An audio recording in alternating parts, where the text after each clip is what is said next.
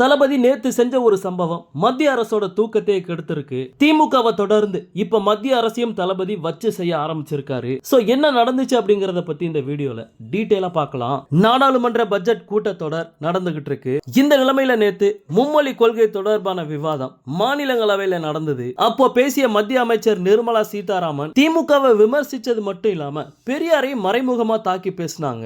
அதாவது தமிழ்நாட்டின் கல்வி தரம் கொரோனாவிற்கு பிறகு பின்தங்கி உள்ளது. 3ஆம் வகுப்பு மாணவர்களால் 1ஆம் வகுப்பு பாட புத்தகத்தை கூட படிக்க முடியவில்லை. முக்கியமா தமிழ் மொழியை காட்டு மிராண்டி மொழி அப்படின்னு பேசியவரோட போட்டோவை தமிழ்நாட்டுல எல்லா இடத்துலயுமே வச்சு மாலை போட்டு மரியாதை செலுத்துறீங்க அப்படின்னு பெரியார மறைமுகமா நிர்மலா சீதாராமன் விமர்சிச்சு பேசினாங்க.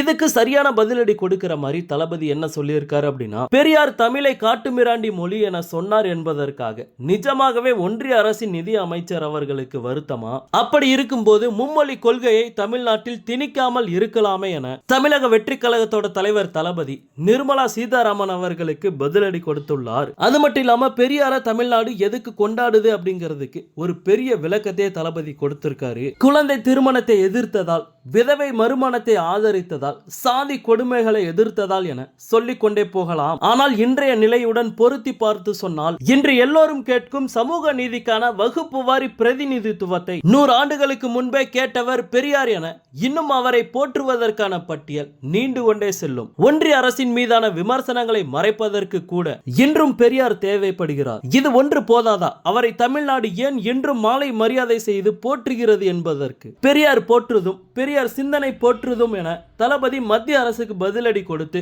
ஒரு அறிக்கை வெளியிட்டிருக்காரு. ஓகே நண்பா, தளபதி இப்போ மத்திய அரசையும் டைரக்டா தாக்க ஆரம்பிச்சிருக்காரு. இத பத்தி உங்களுடைய கருத்து என்ன அப்படிங்கறத கமெண்ட்ல சொல்லுங்க. தளபதியோட எல்லா அப்டேட்டையுமே மிஸ் பண்ணாம பார்க்க நம்ம சேனலை சப்ஸ்கிரைப் பண்ணி சப்போர்ட் பண்ணுங்க.